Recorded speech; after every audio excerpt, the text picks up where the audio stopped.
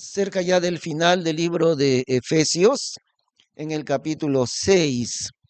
Y la semana anterior habíamos visto que el capítulo 5, al final del capítulo 5, hay una parte introductoria que nos dice, someteos unos a otros en el temor de Dios. Y eso es una introducción, esa frase, someteos unos a otros en el temor de Dios, porque hay tres relaciones en las que se necesita sometimiento. La primera, que el domingo anterior vimos, ¿no? Sométase la esposa a su esposo. Y ahora, en segundo lugar, los hijos sométanse, obedezcan a sus padres. Aquí está, desde el 1 hasta el 4. Y en tercer lugar, sométanse los siervos a los que son sus señores. Entonces, esa introducción anterior decía, ¿no? Someteos unos a otros en el temor de Dios. La esposa a su marido, los hijos a los padres y los siervos a sus señores. Es algo que no le agrada a la gente joven el día de hoy.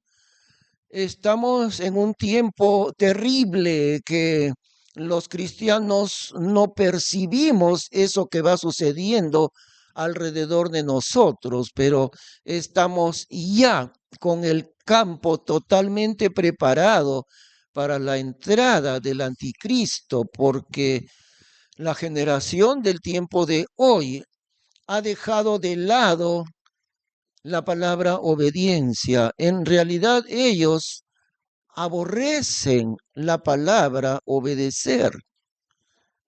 Es increíble el odio que tienen los que impulsan esas ideologías de la generación de hoy, más que nada los que son menores de 40 años, ¿no? Que están en este tiempo prevaleciendo sobre todo su odio contra la palabra obedecer.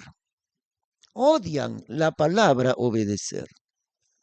Ahora, como decíamos también el domingo anterior, todo eso tiene un autor y el autor de ese odio contra la palabra obedecer es el padre de mentira, que el Señor Jesús lo llama el padre de mentira, Satanás mismo. El Señor Jesús se sometió en obediencia a su Padre, y obediencia hasta la muerte, lo cual casi nadie ha hecho en este mundo, obediencia hasta la muerte. Y no solamente hasta la muerte, sino muerte de cruz, que era una muerte destinada, una muerte reservada para los delincuentes más terribles. La muerte de cruz era un sufrimiento del cuerpo horroroso, el sufrimiento de la muerte de cruz. Y así murió el Señor Jesús, obedeciendo a su Padre. Y en el momento de agonía, antes de ser llevado a la cruz, estuvo 3 horas en oración, y cada vez, porque Jesús sabía lo espantoso y horrible del sufrimiento de la cruz. La persona clavada ahí se va desangrando lentamente, va perdiendo la sangre. Bueno, le han clavado las manos y los pies, va perdiendo sangre lentamente. Ni siquiera es que una muerte pronta, sino durante horas se va desangrando y no puede respirar porque su cuerpo está colgado de las manos, no puede respirar y se apoya por momentos en los pies que están clavados para levantarse un poquito y poder respirar.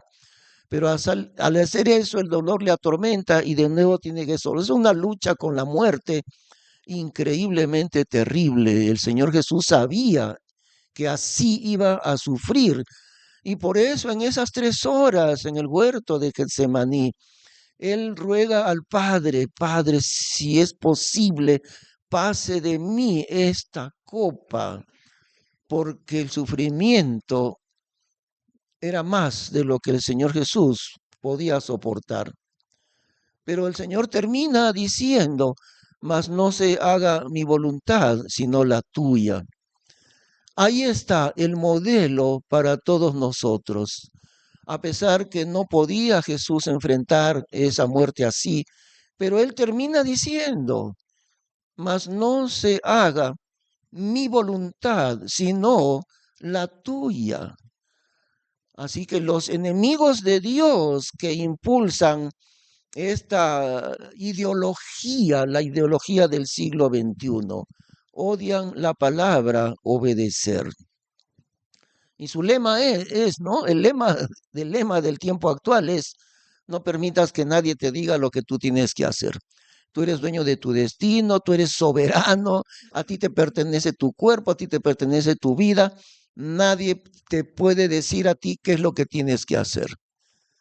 Y ponen del hombre, del ser humano, hacen un ídolo del hombre, negando a Dios. Y la Biblia dice que la vida del hombre, la esencia de la vida del hombre es una sola. Amarás al Señor tu Dios con todo tu corazón y con toda tu alma y con toda tu mente y con todas tus fuerzas. Amarás al Señor tu Dios. Pero el hombre ha deshecho el nombre de Dios, ha negado el principio de autoridad, porque al negar la obediencia están negando el principio de autoridad. Y estamos entrando a velocidad supersónica en la preparación del anticristo. Ya estamos allí. No quisiéramos ver qué habrá en este mundo cuando el anticristo se manifieste. Gracias a Dios, que Dios nos sacará del mundo antes de la entrada del anticristo. Pero antes que entre, ya estamos viendo y veremos cosas muy terribles. Tanto que el Señor Jesús lo dice en uno de los evangelios, ¿no? Y se levantarán los hijos contra los padres y los harán morir. ¿Alguna vez se habrá visto eso en la historia humana? Y se levantarán los hijos contra los padres y los harán morir. Eso es diabólico. Y enseñar a los muchachos como se enseña ahora en los colegios, y ya está entrando también aquí, ¿no? Nadie te puede corregir. Tu papá no te puede llamar la atención. Y si tu papá te llama la atención, vas y te quejas, vas a la comisaría o si no por teléfono. Mi papá me ha gritado. Tú no digas mi papá me llamó la atención, tú di mi papá me gritó, mi papá me hizo violencia verbal y a tu papá se lo llevan preso. Mientras tanto, los cristianos dormimos en medio de esto, pero es ya la obra de Satanás mismo y del anticristo, cuya bandera en el mundo será, levantémonos en contra de Dios. Todos síganme a mí para rebelarnos directamente contra aquel que está en el cielo. Esa será la enseñanza del anticristo. Y ya estamos en eso. El padre, la madre ya no pueden legalmente, ya no pueden corregir a sus hijos. No pueden porque la ley no lo permite. Y en el salón de clase, el maestro, la maestra, no pueden tampoco corregir a los alumnos porque la ley se lo impide. Pero nosotros, como digo, bien dormidos, sin darnos cuenta en qué situación vivimos, tan cerca del anticristo, o mejor es decir, ¿no? Más cerca del Señor Jesús en su segunda venida. Porque ambas cosas están cerca. La manifestación del diablo a través del anticristo para gobernar el mundo y la venida de Cristo también igualmente. Bueno, vamos a leer estos versículos de Efesios capítulo 6. Hijos, obedeced a vuestros padres en el Señor, que esto es justo. Honra a tu padre y a tu madre, que es el primer mandamiento con promesa, para que te vaya bien y seas de larga vida sobre la tierra. Y vosotros, padres, no provoquéis a ira a vuestros hijos, sino criadlos en la disciplina y amonestación del Señor.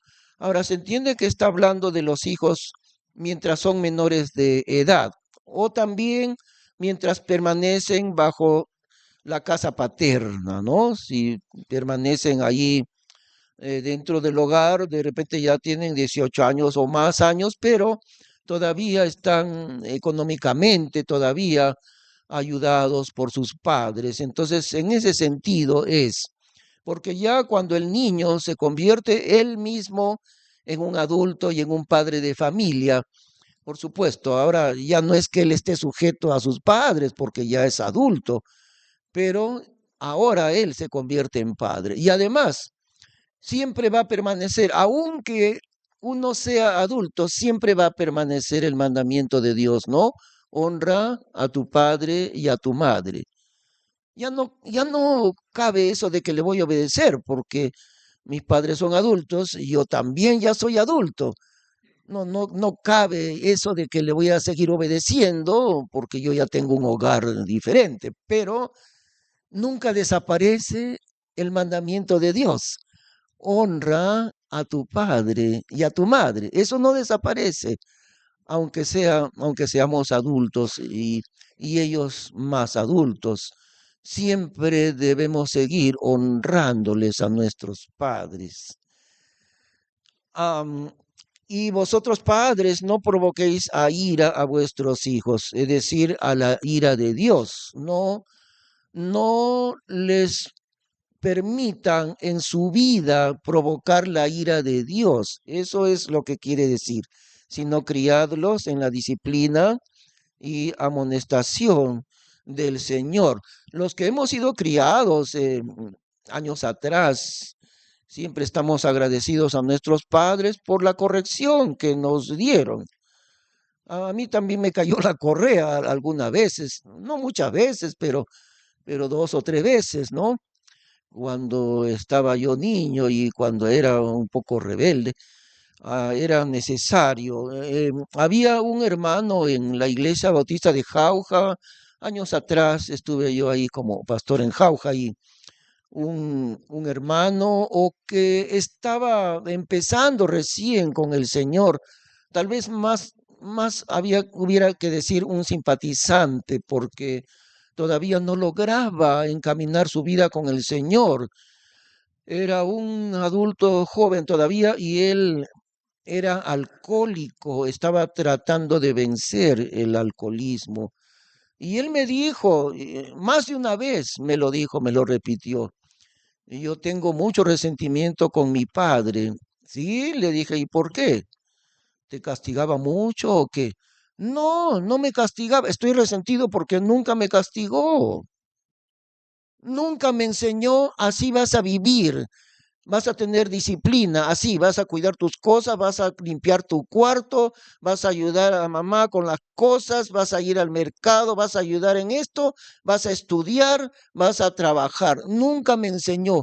Me dio una vida a lo que me venga yo en gana. Yo era el engreído de papá. Y en realidad por eso estoy así, que no puedo dominar mi vida. No sé ejercer disciplina en mi propia vida. Nunca lo he hecho porque mi papá me enseñó a vivir como me diera la gana, sin disciplina alguna. Y así estoy. Y hasta ahora no puedo vencer el alcohol. Qué increíble. Él estaba resentido por el papá, no por haberle disciplinado, sino al contrario, porque nunca le disciplinó, nunca le enseñó, así se hace, te levantas temprano, estudias, trabajas, nunca se lo enseñó. Pero muchos de nosotros tenemos agradecimiento, ¿no? A nuestros padres por esa disciplina. Mi, mi abuelo paterno, que ya está con el Señor, también llegó a conocer a Cristo. Él se llamaba Teodomiro, mi abuelo, y él le gustaba contarme algunas historias, me contó, cuando yo era chico, me dijo, me llevaron a la casa de mi tío en vacaciones, en el campo, Entonces yo dije, uy, ahí voy a estar feliz porque ya no voy a estar aquí que me despiertan temprano. Le llevaron al campo y apenas el segundo día a las 5 de la mañana, el tío a él y a sus primos le levanta grito y dice, Arza, Arza, aquí no se viene a engordar, sino a medio pasar la vida. Vamos al campo a trabajar a las 5 de la mañana, ¿no? Bueno, no a todos le habrán hecho eso, pero si nos enseñaron una disciplina, nuestros padres, está bien, ¿no? Ahora pasamos a la otra sección, hermanos, que es a partir del versículo 5. Y esta es la tercera relación donde se necesita obediencia. Vamos a leer versículo 5. Siervos, obedeced a los que son vuestros señores según la carne, con temor y temblor, en la integridad de vuestro corazón, como a Cristo, no sirviendo al ojo como los que agradan a los hombres, sino como siervos de Cristo, haciendo de ánimo la voluntad de Dios, sirviendo con buena voluntad como quien sirve al Señor y no solo a los hombres, sabiendo que el bien que cada uno hiciere, eso mismo recibirá del Señor, ya sea siervo o ya sea libre. Ahora notemos que al final del versículo 8, allí entendemos que está hablando de los esclavos. Miremos el versículo, al final del versículo 8, ya sea siervo o ya sea libre. Es decir, este pasaje habla de los esclavos. Y la pregunta lógica es allí, ¿defiende Dios la esclavitud? Esa es una pregunta importante que surge, ¿no? Dios está mandando que los que son esclavos obedezcan a sus señores. Entonces, vamos a empezar por el principio de justicia que tiene Dios en este mundo. Igual que diferentes cosas en el mundo, Dios no es el autor de la esclavitud, sino el hombre. Es el hombre el que ha creado la esclavitud, no es Dios. No es la voluntad de Dios que un hombre esclavice a su hermano. Eso no es la voluntad de Dios. Ha surgido la esclavitud por la injusticia de los hombres, no por la voluntad de Dios. Y ahora quisiera que busquen en sus Biblias en Isaías capítulo 11 también. Isaías capítulo 11.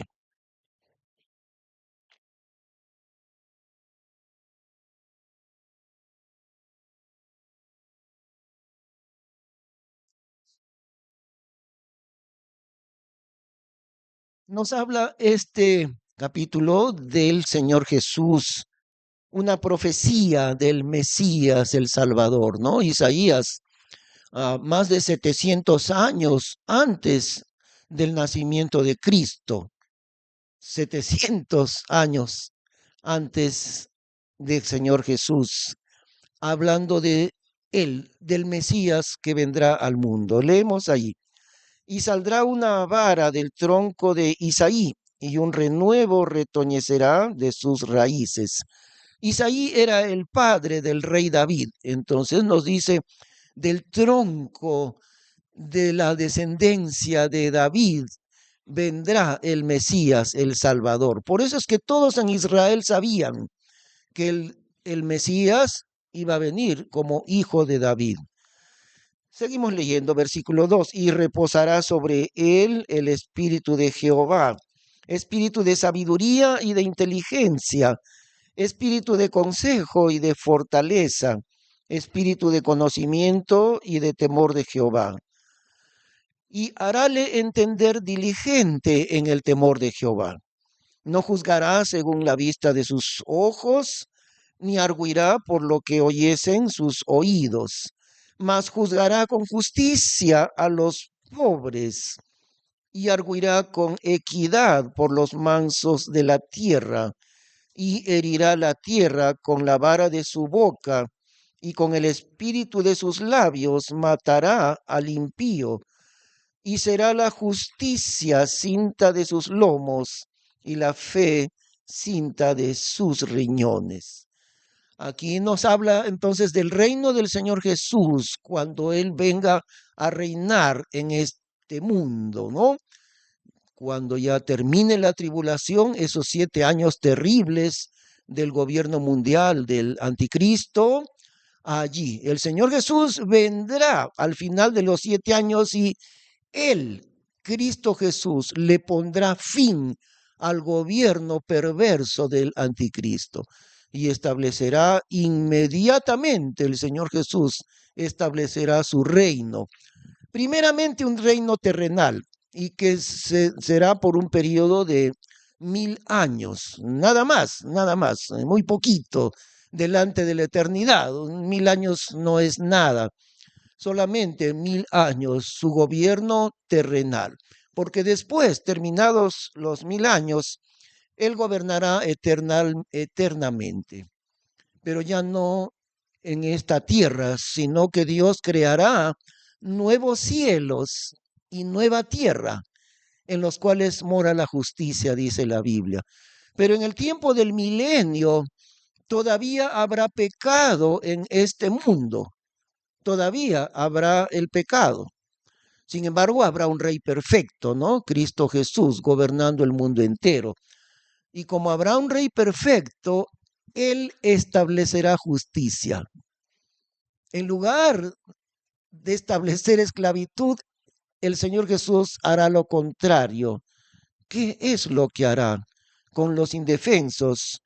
Versículo 4 más, juzgará con justicia a quienes, a los pobres. Siempre ha habido gente pobre, gente indefensa, y a quien los poderosos siempre han abusado de esta gente pobre. Pero ¿qué es lo que hará el Señor Jesús ahora? Juzgará con justicia a los pobres, algo que nadie hizo nunca en este mundo. Juzgará con justicia a los pobres. ¿Qué más? Arguirá con equidad por los mansos de la tierra y destruirá al impío también, ¿no? Es que todavía habrá pecado en el mundo durante esos 1000 años, a pesar que habrá un rey perfecto, el Señor Jesús.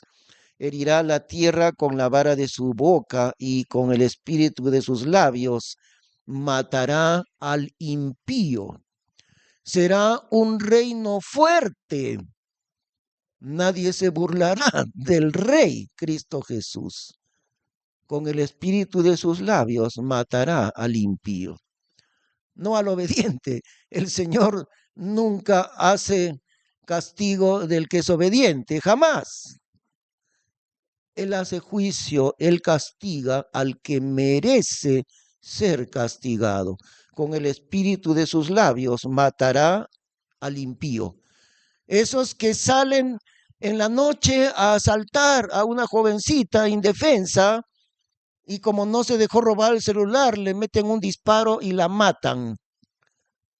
A esos el Señor matará al impío. Eso es lo que dice. Y esos que van a un negocio y le dicen, Señor, me paga usted 300 soles al mes. Y si no me paga, yo le meto bomba, le incendio su negocio, o le mato a uno de sus hijos o cualquier cosa. Así que me da usted 300 soles al mes. A esos el Señor, ¿qué hará con ellos? Los matará. Con el espíritu de sus labios matará al impío. Y por último dice, verso 5, y será la justicia cinta de sus lomos y la fe cinta de sus riñones. La justicia, lo que nunca existió en ningún gobierno de este mundo. De manera que podemos decir sin ningún lugar a dudas, que no es la voluntad de Dios aquello de la esclavitud. No es que Dios haya creado, que Dios haya establecido la esclavitud. Pero aquí hay otro mandamiento, vamos a examinarlo. Volvemos Volvemos ahí en las hojas a Efesios capítulo 6, versículo 5, ¿no? Nuevamente. Siervos, obedeced a los que son vuestros señores según la carne, con temor y temblor, en la integridad de vuestro corazón, como a Cristo, como a Cristo. Entonces, vamos a recordar algo. El Señor no estableció la esclavitud, pero ya estaba establecida en ese tiempo. Actualmente ya no hay, pero en ese tiempo sí todavía existía esclavitud. Y había una cosa que algunos creyentes en Cristo, dentro de la misma iglesia, algunos de ellos eran esclavos y los que eran sus señores también eran miembros de esa misma iglesia. Entonces, en una iglesia, ¿no? Estaban los señores poderosos y también los esclavos de ellos también eran creyentes en Cristo. Y la pregunta es, ¿qué dice Dios acerca de esto? Porque muchos, sobre todo en los años 70, había una ideología en los años 70 que le llamaban la teología de la liberación y querían enseñar a los creyentes, hay que hacer la revolución. Hay que hacer la revolución social, hay que liberarnos de los ricos, hay que adueñarnos del país, de las riquezas, para liberarnos de los explotadores y de los ricos, ¿no? ¿Por qué? Porque Dios defiende la revolución. ¿Cómo es esto entonces? ¿De verdad que defiende Dios la revolución? Yo no encuentro en ninguna parte de la Biblia que Dios nos enseña a hacer la revolución. Y aquí está la respuesta. Porque si no, entonces diría, ustedes hermanos en Cristo, que son esclavos, no se dejen abusar, rebélense contra los que son sus amos, sus señores, exijan sus derechos, exijan que le libere, que ya no sea esclavo, exíjanle. Y ustedes que son los amos de aquellos esclavos, denles libertad a sus esclavos. Entonces, así nosotros podemos suponer que Dios debería decirnos, esa es nuestra idea, la idea nuestra.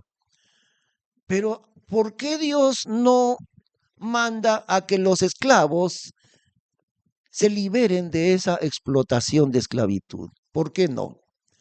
Una de las explicaciones es esta. Mientras no venga el Rey Cristo Jesús, no existirá justicia de ninguna manera. No habrá. El hombre no puede lograr la justicia en este mundo. Es imposible que el hombre logre la justicia. Tiene que venir el mismo Rey, Cristo Jesús, a establecer justicia. Y entonces a veces dicen, no, bueno, si gobierna un presidente evangélico, habrá justicia. No, mentira, no habrá justicia, aunque un presidente evangélico esté ahí gobernando. Eso no es cierto. No ha sucedido ni va a suceder nunca. El Rey, Cristo Jesús, vendrá y Él personalmente establecerá la justicia. Mientras tanto, Dios ordena los que son esclavos obedezcan a sus señores.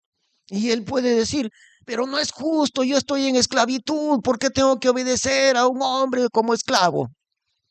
Dios está diciendo, obedece al que es tu Señor. ¿Sabes por qué? Porque el Señor Jesús ha dicho, muchos últimos serán primeros en su reino. Y muchos de los que son primeros ahora en su reino serán los últimos. Tú eres esclavo ahora, ¿sabes qué? En su reino tú serás el que reine sobre los demás. Y el que es tu Señor, el que te ha agarrado como esclavo a ti, Él estará como el último. Eso es exactamente lo que el Señor Jesús ha dicho. Muchas sorpresas tendremos en el reino de Dios. Muchos primeros serán últimos y muchos últimos serán primeros. Así que esa es otra de las respuestas. Espérate que venga el reino de Dios. Mientras tanto, tú vas a obedecer. Y no vas a obedecer a la fuerza, vas a obedecer con toda sinceridad. Tú que eres esclavo, hermano en Cristo, tú eres esclavo de otro hermano en Cristo, ¿no es cierto? Ya, tú le vas a obedecer a él con toda sinceridad. Eso es lo que Dios manda. ¿De qué manera? Siervos, obedeced a los que son vuestros señores, según la carne, con temor y temblor, en la integridad de vuestro corazón, como a Cristo. Y esto como a Cristo, ¿recuerdan qué le dice a las esposas? Están sujetas a sus propios maridos como al Señor, como a Cristo. Entonces la esposa tiene que decir, mi marido es Cristo, yo a él tengo que obedecerle. Pero nunca quieren, ¿no es cierto? Nunca quieren decir mi marido es Cristo. Pero eso es lo que dice el Señor. Tu esposo es Cristo y le tienes que obedecer a Cristo. Cristo es tu esposo, pero no quiere.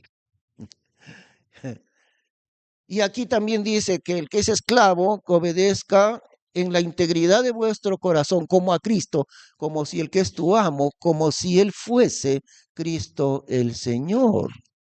De esa manera. Entonces, no hay aquí la enseñanza de hacer la revolución.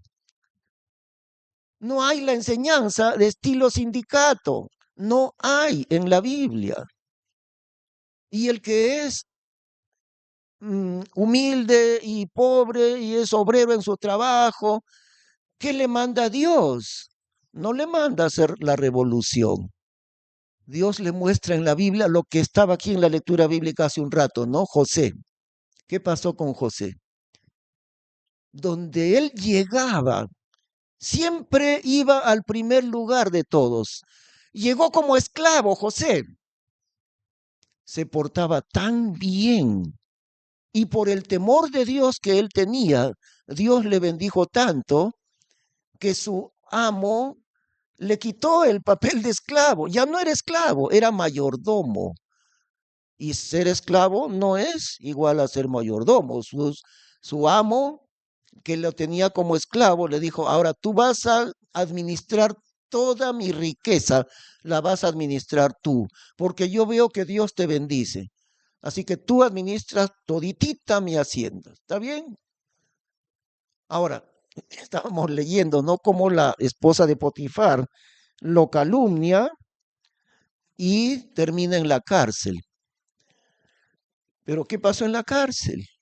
Lo ponen a José de jefe de la cárcel entera por el temor de Dios que había en él. Y por el temor de Dios que tenía José, Dios le bendice grandemente. Y llega de preso allí y termina de jefe de la cárcel por la bendición de Dios. Y sale de la cárcel y llega a ser el segundo en el reino después del faraón. Y si uno es obrero en una fábrica, digamos, hermano, tú trabajas en algo así como en una fábrica o en un trabajo humilde, ¿sabes a qué te llama Dios? No te llama a que formes un sindicato o que luches contra la explotación, pues explotación siempre hay, ya se sabe, pero Dios no te manda a que hagas la revolución. Lo que Dios te manda es que hagas lo mismo que José, que te destaques en tu trabajo y te van a poner a ti como jefe en el lugar donde trabajas, porque vas a tener la bendición de Dios y tú llegarás a ser el jefe, tal vez no el jefe máximo, pero siempre te van a poner en un lugar más alto, porque Dios te va a bendecir, Dios te va a prosperar.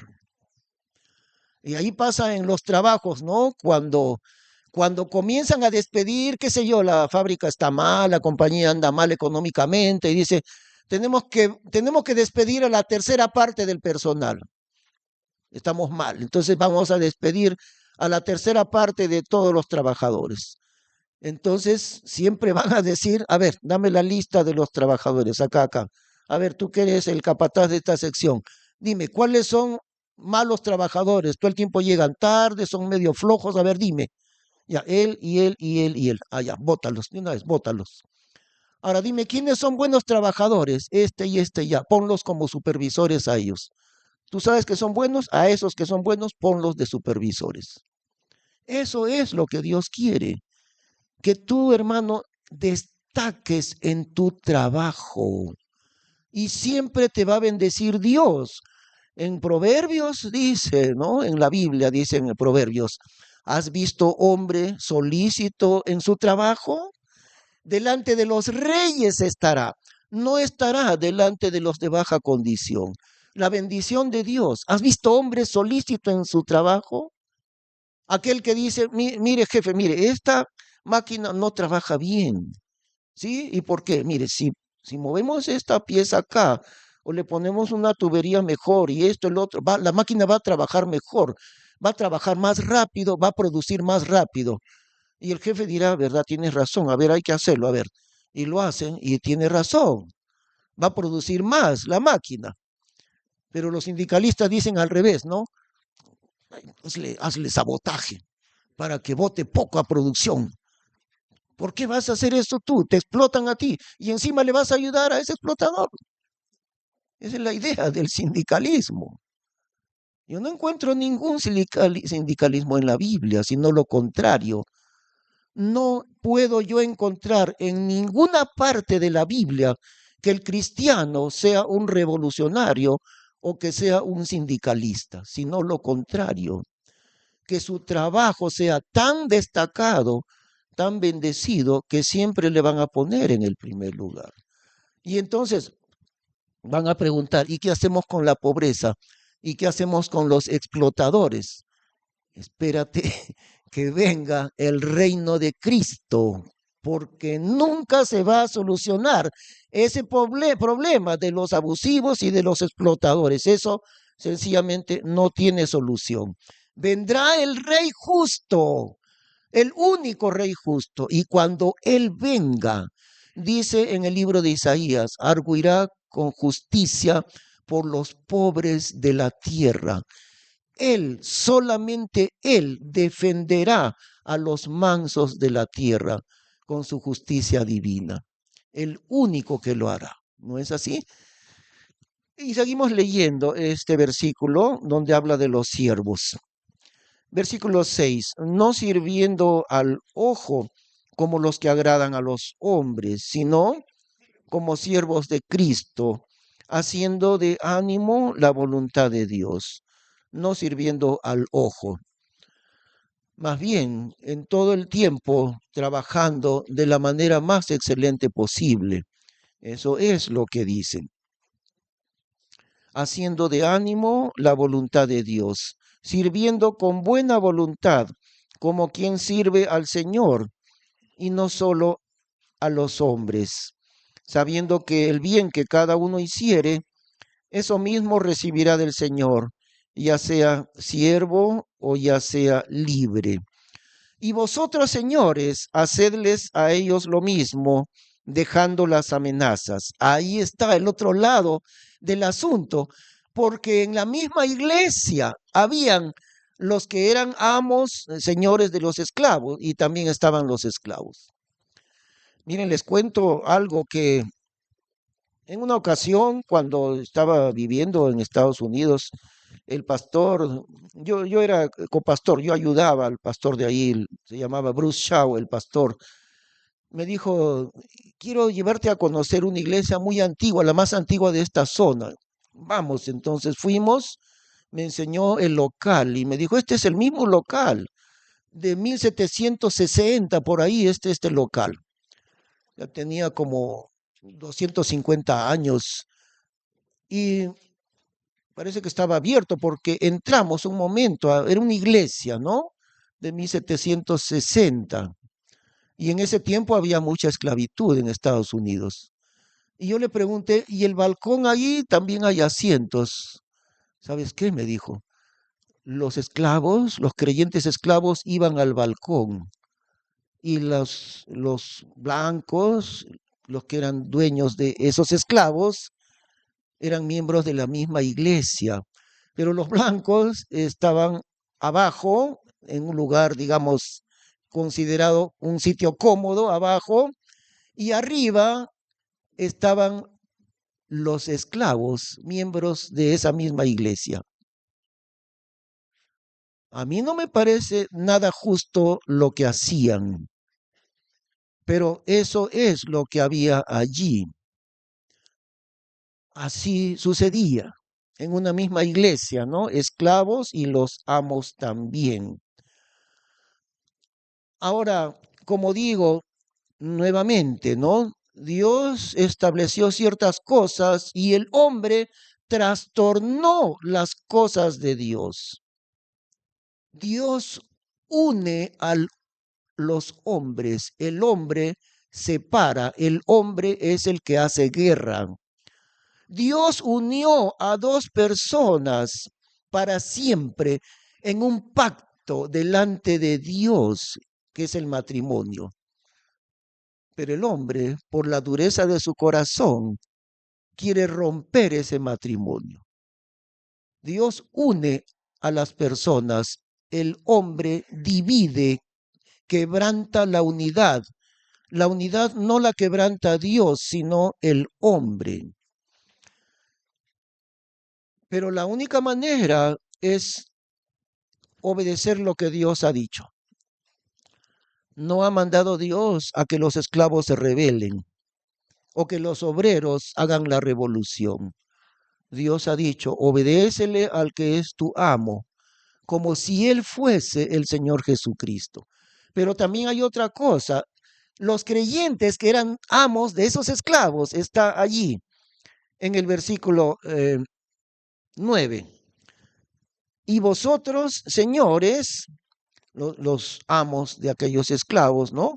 Que también eran creyentes, hacedles a ellos lo mismo, es decir, con la misma justicia, dejando las amenazas, porque era muy común, aparte de que la esclavitud en sí ya era un abuso, era muy común que los maltrataban, peor que animales.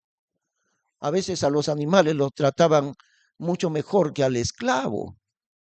Le gritaban, le azotaban, le amenazaban, todo el tiempo hacían abuso del pobre esclavo. Y entonces Dios dice, tú eres un hijo de Dios y tú tienes un esclavo que también es hijo de Dios.